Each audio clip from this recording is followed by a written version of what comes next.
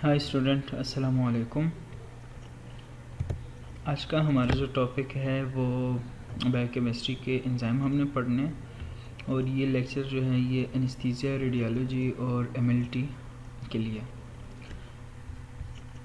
हमने पढ़ना है एंजाइम। ये एंजाइम का फर्स्ट लेक्चर है, पार्ट फर्स्ट है, पार्ट सेकंड, पार्ट थर्ड और फोर्थ। तो एंजाइम के जो है वो 4 लेक्चर बनेंगे। तो शुरू करते हैं कि एंजाइम क्या है। हम एफएससी से पढ़ के आ रहे हैं कि एंजाइम क्या होते हैं। सिर्फ एक ही वर्ड में हम डिस्क्राइब कर देते हैं कि all enzyme are protein in natures, और फिर हम कहते हैं कि एंजाइम जो है ये हमारे पास बायोकैटलिस्ट होते हैं। ये किसी भी रिएक्शन की वेलोसिटी को जो है वो इंक्रीज़ करते हैं, किसी भी रिएक्शन के को स्पीड अप कराते हैं। अगर कोई चीज़, वैसे मिसाल के तौर पर हम कहते हैं कि कोई भी सब्सटेंस जो हमारे पास 1 घंटे में 1 किलो बनता है, तो अगर हम विदाउट कैटलिस्ट, अगर हम कैटलिस्ट का यूज़ करें, एंजाइम का यूज़ करें, तो वही चीज़ फिर 5 मिनट में 1 केजी बनेगा। इसका मतलब है कि एंजाइम क्या कर रहा है कि वो रिएक्शन को स्पीड अप करा रहा है, वो जो एक्टिवेशन एनर्जी होती है रिएक्शन की उसको कम कर रहा है। बाकी एंजाइम जो होता है वो ना खुद यूज़ होता है, ना आपको एडिशनल प्रोडक्ट दे सकता है, या ऐसे कुछ नहीं है इसमें। आपको ज़्यादा से ज़्यादा अगर कुछ दे सकता है तो वो ये है कि आपके रिएक्शन जो होता है उसको स्पीड अप करा देता है। तो पढ़ते हैं एंजाइम क्या है। कह रहे हैं कि we are the catalyst of living world. Protein nature होते हैं, स्पेसिफिक होते हैं। इनके प्रॉपर्टीज़ हैं हम तीसरे लेक्चर में फिर पढ़ेंगे, दूसरे में या तीसरे में, कि एंजाइम जो होता है ये स्पेसिफिक होता है, मतलब हर एक सबस्ट्रेट का अपने एंजाइम होता है। ऐसे नहीं होता कि वो एक एंजाइम जो है किसी और सबस्ट्रेट पर काम करे। तो हर एक एंजाइम जो होते हैं उसके एक स्पेसिफिक सबस्ट्रेट होगा। स्पेसिफिसिटी इन पर भी है कि इनको इनहिबिट करने के लिए भी स्पेसिफिक कंडीशंस होते हैं, और इस वजह से भी हम कह सकते हैं कि इनके काम के लिए, फंक्शन के लिए इनको स्पेसिफिक कंडीशन चाहिए होती है। जैसे कि टेम्परेचर का आप कहें, या पीएच का कहें, या सबस्ट्रेट का कहें, या कंसंट्रेशन का कहें, कुछ भी हो तो वो भी स्पेसिफिक। इस वजह से एंजाइम जो होते हैं ये स्पेसिफिक होते हैं। साइज़ तो इनका लार्ज मोलिकुलर वेट होता है, लेकिन जो एक्टिव साइट होते हैं वो साइट जिन पर इनके काम होते हैं, जो कैटालिसिस करते हैं, जो कैटालिटिक प्रॉपर्टीज़ होती हैं उनकी, वो उनका साइज़ जो होता है वो कम होता है। वैसे अगर आप प्रोटीन के सारे स्ट्रक्चर को देखें, यहाँ देखें, सपोज़ करें ये प्रोटीन एंजाइम है मुकम्मल, ये जो आपको पिंक कलर का नज़र आ रहा है कलर्ड, ये आपके पास क्या एक्टिव साइट है। तो protein molecule large molecular weight होता है एंजाइम का, सॉरी, लेकिन जो इसके एक्टिव साइट होता है वो क्या है, वो एक्टिव होता है और वो स्मॉल होता है, मतलब कि इतना वेट उसका नहीं होता।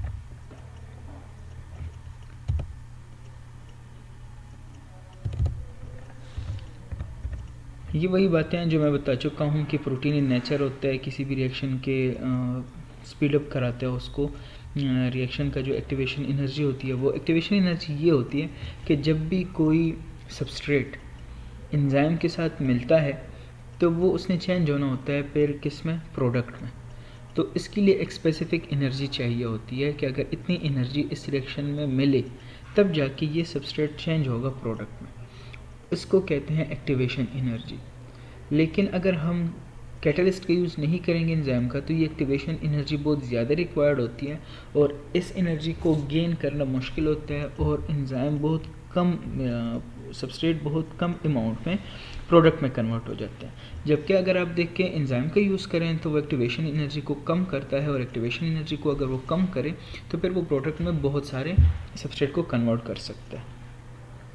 लाइफ को मेंटेन रखने के लिए 2 चीज़ें बहुत ही ज़रूरी हैं। एक होता है ग्रोथ। ग्रोथ ये है कि सेल जो है वो ख़ुद को रिप्लिकेट कर सके, सेल ख़ुद को रिप्लिकेट कर सके, क्योंकि अगर सेल रिप्लिकेट नहीं होगा तो ग्रोथ स्टॉप हो जाएगा।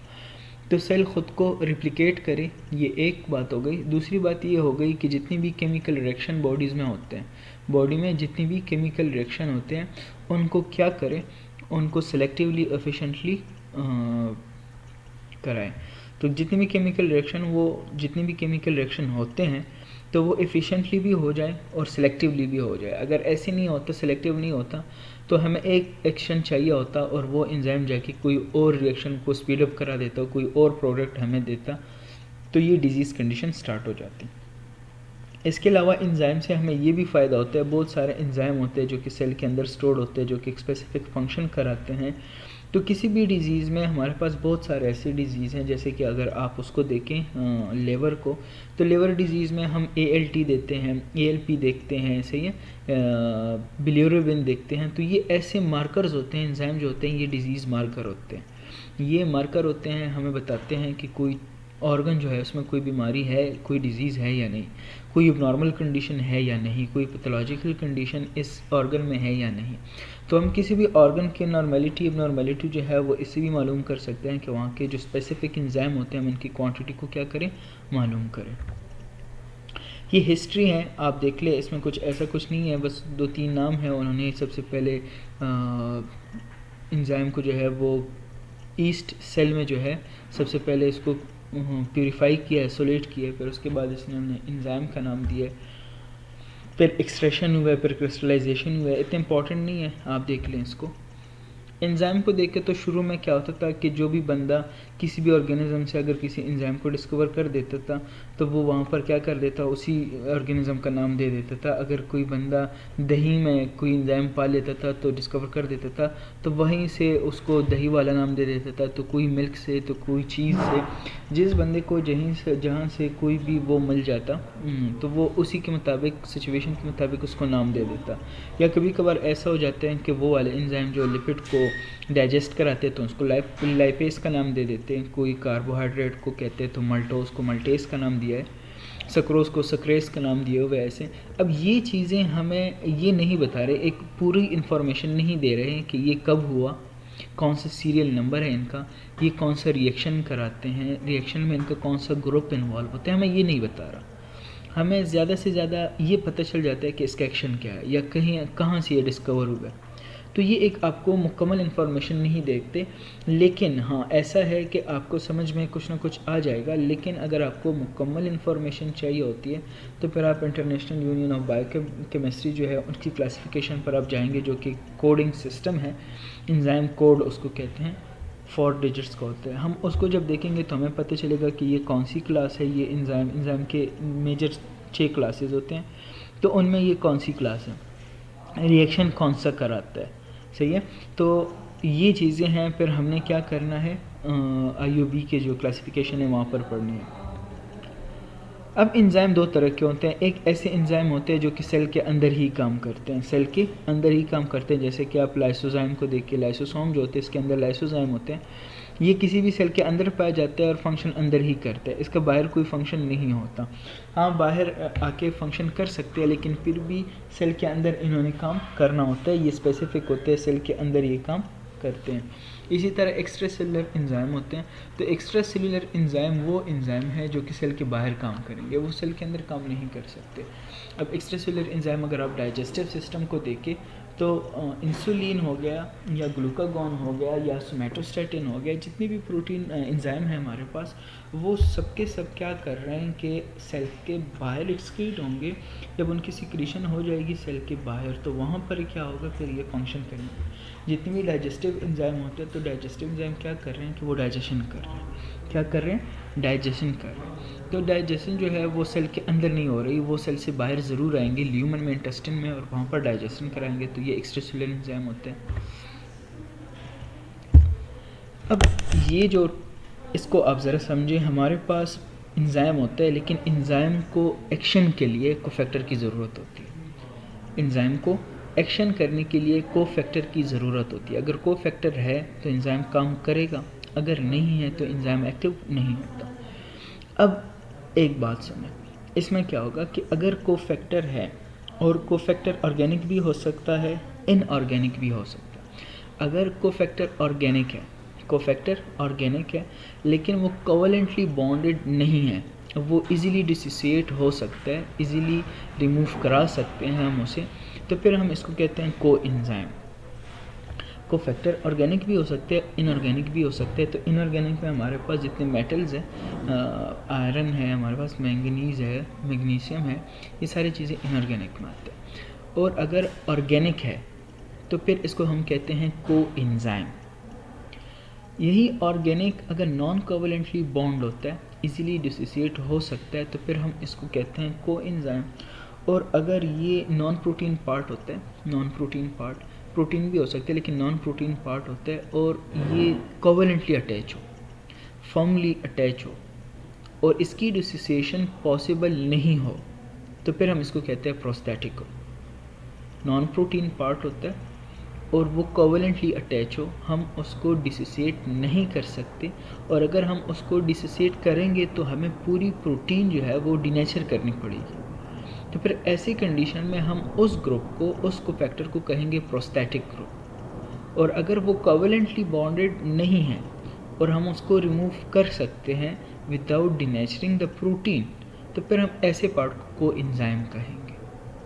ये तो हो गई ऑर्गेनिक की बात। इनऑर्गेनिक जो है फिर वो डिपेंड करता है कि हमको आयरन सिर्फ एक्टिवेशन के लिए चाहिए, मेटल इंड्यूस्ड एंजाइम हमें चाहिए, कि नहीं हमारा पूरा एंजाइम जो है वो मुकम्मल बना हुआ है मेटल से, जिसको हम मेटेलो एंजाइम कहते हैं। तो ये चीज़ें आप याद रखिए।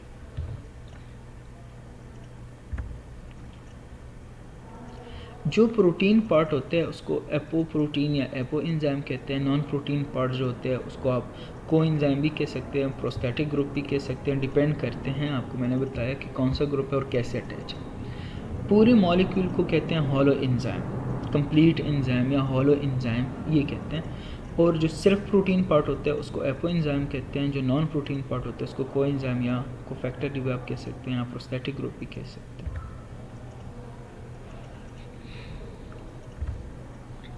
अब ये देखें 1964 में फिर क्या हुआ कि हमें एक स्पेसिफिक क्लासिफिकेशन चाहिए थी एंजाइम की, कि ऐसे ना हो कि कोई भी बंदा किसी भी एंजाइम को कोई भी नाम दे। अगर किसी बंदे ने कहीं कर्ड में उसको डिस्कवर किया हुआ है तो वही नाम उसको दे, कोई मिल्क में कर देता है, तो किसी ने किसी ईस्ट में किया हुआ है, तो कोई कहाँ से स्पोरेडियम से उसने डिस्कवर किए हुए कोई एंजाइम ऑर्गेनिज्म से है या किसी भी सब्सटेंस या केमिकल से हैं, तो उसको उसी मौके के मुताबिक उसको नेम दे देते हैं। तो ये ख़त्म हुआ है, अभी चल रहा है, सही है, क्योंकि ज़्यादातर एंजाइम जो है वो उन्हीं के ट्रेवल्स नेम जो होते हैं उसी के नाम से याद किए जाते हैं। यहाँ पर फिर क्या हो गई कि एंजाइम्स को उनकी रिएक्शन के बेस पर क्या किया गया, क्लासिफाई किया गया। अब इसके फिर हम 6 ग्रुप्स बनाते हैं। एक होते हैं ऑक्सीडो रिडक्टेज जो ऑक्सीडेशन रिडक्शन कराते हैं, ट्रांसफेरेज होते हैं जो किसी भी फंक्शन ग्रुप को दो केमिकल्स के बीच, दो सब्सटेंस के बीच ट्रांसफ़र कराते हैं, हाइड्रोलेज होता है, हाइड्रोलिसिस कराते हैं, हाइड्रोमिन वाटर लेसिस मतलब कि वाटर को यूज़ करके हम किसी भी बॉन्ड को ब्रेकअप कर रहे हैं। लाइएसिस देखें, इसमें फिर क्या होता है कि आप किसी भी मॉलिक्यूल को या ऐड कर सकते हैं या उससे बड़े मॉलिक्यूल्स होते हैं, उन बड़े मॉलिक्यूल से आप जो स्मॉल मॉलिक्यूल्स होते हैं उनको क्या करें, रिमूव करें या उनमें एडिशन कराएं। आइसोमरेसिस है, हमने आइसोमर पढ़े हैं कार्बोहाइड्रेट में, जो दो मॉलिक्यूल आपस में आइसोमर होते हैं, तो एक मॉलिक्यूल को आप उसकी दूसरी आइसोमर में कन्वर्ट करेंगे तो आइसोमरेज एंजाइम हमें चाहिए होगा। लाइगेजेस हैं, तो लाइगेजेस में क्या होगा कि अगर आप लोगों ने ट्रांसक्रिप्शन पढ़ी हो या रेप्लिकेशन पढ़ी है, तो रेप्लिकेशन में फिर क्या होता है कि एक लैगिंग स्ट्रैंड होता है और एक लीडिंग स्ट्रैंड होता है। जो लैगिंग स्ट्रैंड होता है वो ओकाज़ाकी फ्रेगमेंट्स पे बनता है, मतलब पूरा मॉलिक्यूल एक ही उसमें नहीं बनता पार्ट में, उसके छोटे छोटे पार्ट होते हैं जिसको हम ओकाज़ाकी फ्रेगमेंट कहते हैं। फिर इन्हीं छोटे पार्ट्स को हम आपस में जो वेल्ड कराते हैं, तो उसके लिए फिर हम लाइगेज एंजाइम का यूज़ करते हैं। तो लाइगेज एंजाइम क्या करता है कि ये जहाँ पर भी छोटे पार्ट होते हैं उनको आपस में मिलाते हैं एनर्जी का यूज़ करके। फिर ये आ गया कि IUB ने क्या किया, इंटरनेशनल यूनियन ऑफ बायोकेमिस्ट्री, उन्होंने कहा कि हम एक ऐसा नोमेनक्लेचर तैयार कर रहे हैं कि जिसमें हम किसी भी एंजाइम का नेम देखेंगे तो हमें पता चलेगा कि ये इन 6 मेजर क्लासेस में कौन सी क्लास के। हमें इसके फंक्शन ग्रुप का पता चलेगा कि ये फंक्शन ग्रुप इनमें कौन सा है, और हमें ये पता चलेगा कि इनका सबस्ट्रेट क्या है, सबस्ट्रेट कौन सा है, कौन से सबस्ट्रेट पर एक्ट करेगा। चौथा जो है फिर हम इनको सीरियल नंबर देते हैं कि 1 2 3 4 5 6 ऐसे। तो ये ज़रूरी नहीं है, सिर्फ आप ये याद रखें कि इन 1 2 3 4 स्टेप्स जो है इनका मतलब क्या है। आप यहाँ देखिए, इनको कहते हैं enzyme code, enzyme code, EC number या एंजाइम कोड, अब कुछ भी कहें। इनमें 4 लेटर्स होते हैं, सही है, 4। अगर आप पहले को देखें पहला हमें बताते हैं मेन क्लास कि ऑक्सीडोरेडक्टेज है, ट्रांसफरेज है, लाइएज है, लाइगेजेज है, सही है, जो भी है। सेकंड आपको बता रहा होता है टाइप ऑफ ग्रुप इन्वॉल्व, कि यहाँ पर कौन सा ग्रुप इन्वॉल्व होगा, अल्कोहल ग्रुप इन्वॉल्व है, ईथर्स है, ईस्टर्स हैं, सही है, जो भी ग्रुप यहाँ पर इन्वॉल्व होगा तो ये चीज़ें। थर्ड आपको क्या बताएगा, थर्ड आपको ये बताएगा कि ये कौन से सबस्ट्रेट पर एक्ट करेगा, कौन से मॉलिक्यूल्स है कि इनको प्रोडक्ट्स में कन्वर्ट करा रहा है। सबस्ट्रेट वो चीज़ होती है जिस पर एंजाइम एक्ट करता है और उसे प्रोडक्ट में कन्वर्ट करते हैं, तो उसको कहते हैं सबस्ट्रेट, सही है। फोर्थ जो होगा ये सीरियल नंबर बताएगा, ये तो इजी है, 1 2 3 4 5 वही वाला कैसे है, आप इसको देख के 4 डिजिट्स करेक्टराइज है। ये सबसे पहले आपको क्लास बताता है, फिर सब क्लास, फिर सब के अंदर जो सब क्लास होते हैं सब क्लास, और फिर सीरियल नंबर। आप यहाँ पर भी दे सकते हैं, फर्स्ट डिजिट आपको मेन क्लास बता रहे हैं, सेकंड डिजिट आपको सब क्लास बता रहे हैं, थर्ड डिजिट आपको सब क्लास बता रहे हैं, फोर्थ डिजिट आपको इंडिविजुअल एंजाइम सिस्टमिक जो सीरियल नंबर होते हैं वो आ रहे हैं, सही है। अब ऑक्सीडोरेडक्टेज क्या है, मैं आपको बता चुका हूँ कि ऑक्सीडेशन और रिडक्शन ये दोनों ऐसे हैं, इसको हम अगर आपको मैट्रिक याद हो तो हम तो मैट्रिक में इसको रिडॉक्स रिएक्शन बोलते थे। तो रिडॉक्स रिएक्शन मतलब है कि ये दोनों एक दूसरे के साथ टच है। ऐसा हो नहीं सकता कि किसी भी रिएक्शन में ऑक्सीडेशन होए और वहाँ पर रिडक्शन ना हो जाए, या किसी भी उसमें रिडक्शन हो जाए लेकिन ऑक्सीडेशन ना हो जाए, ये तो पॉसिबल ही नहीं है।